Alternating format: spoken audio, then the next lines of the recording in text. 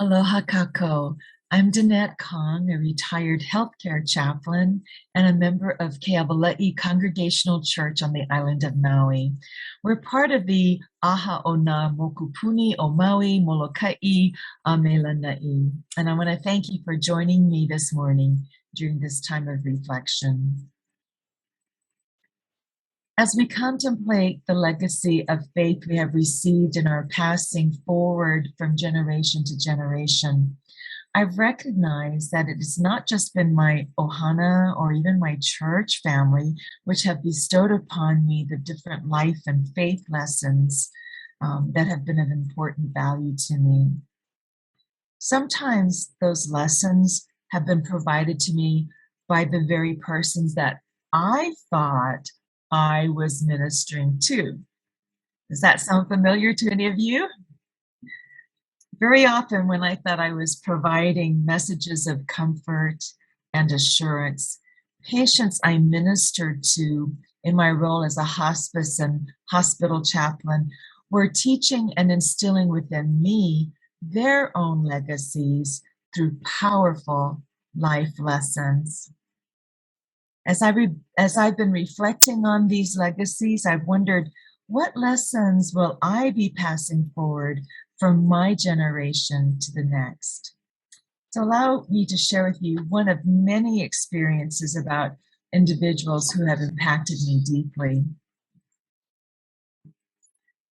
I'm currently serving as pianist for Keawala'i Congregational Church, and over the past few months, I have closed each service at our church after the postlude by playing the song "Let There Be Peace on Earth," written by Jill Jackson and Cy Miller.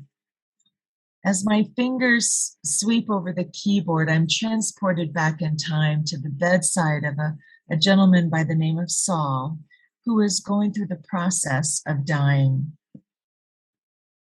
A man who had no traditional ties to religion. He just did not want to have anything to do with them. Saul was known in his community for opening his home to those who were in need of emergency shelter or food. And most days you could find him in the neighborhood bar, regaling all the customers there with some of his colorful life stories, or just listening and being a gentle presence there. But illness had taken him by surprise, and I met him as his hospital chaplain, and we were able to form a warm relationship. Saul reminisced with me about his experiences in life.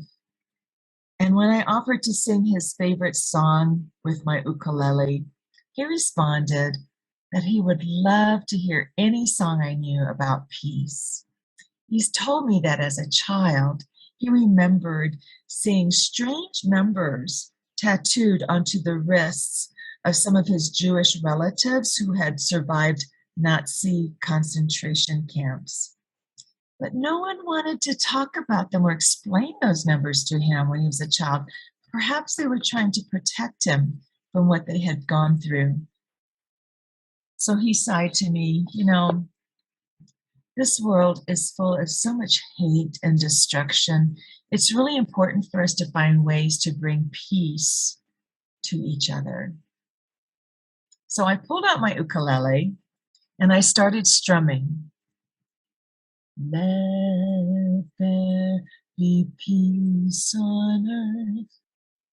And his eyes lit up and he said, "That's one of my favorite songs, and it's one of my mom's favorites too."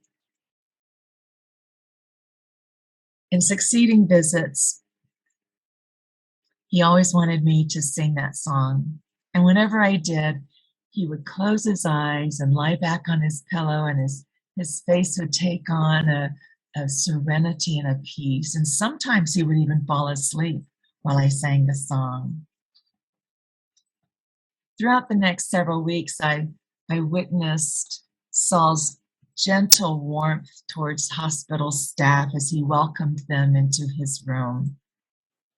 He was never demanding, but always grateful for their services. And whether they were medical staff, social workers, maintenance workers, housekeepers, he treated each person with dignity and respect. I was with Saul in the final moments of his life, singing his favorite song. And I got to that final phrase, it ends, let there be peace on earth, and let it begin with me. Visions of Saul welcoming weary and desperate people into his own home, and the warmth of his expansive, gentle personality gathered in my mind. I could just hear his voice saying, "Come on in, you're part of my ohana tonight." And as I left his room, I thanked God for the beauty of Saul's life. His desire for world peace renewed within me and echoed within me the desire to be part of bringing that peace into this world. I recognized that his simplicity and gentleness had blessed me with a message that was much more powerful than any assurance or comfort or message or music that I could bring to him. What he gave to others was much more than a place to stay overnight or a simple meal, because Saul didn't just listen to that song, he was that song. His gift of peace was the gift of himself. I've shared this story with you in the hope that perhaps it can serve as a reminder of others in your life, perhaps kupuna, colleagues, children, and perhaps people whom you thought you were ministering to. Let's take a few brief moments in silence right now to reflect on those people and on the lessons which have influenced the way you serve and minister. Lessons which have helped you face and overcome personal challenges, or create new possibilities, or have inspired you to seek new directions for your life.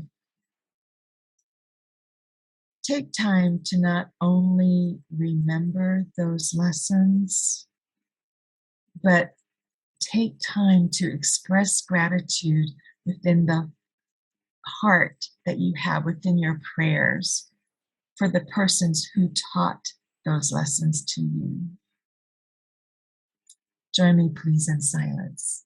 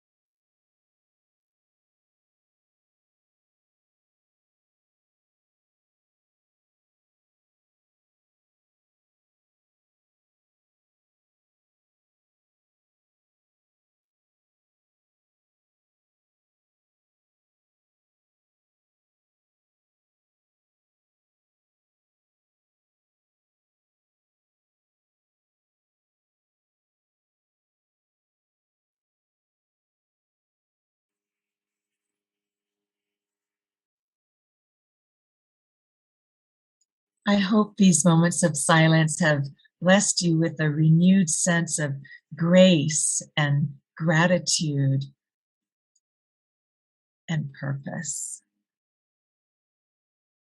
And now I'm going to share with you a very brief video which shares the song, Let There Be Peace on Earth. The words will be across your screen, so if you are able to, go ahead and sing along aloud or even just within the confines of your own heart.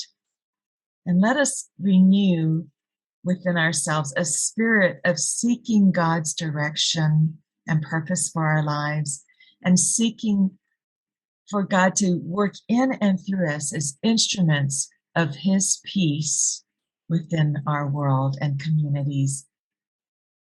Let there be peace on earth, and let it begin with us.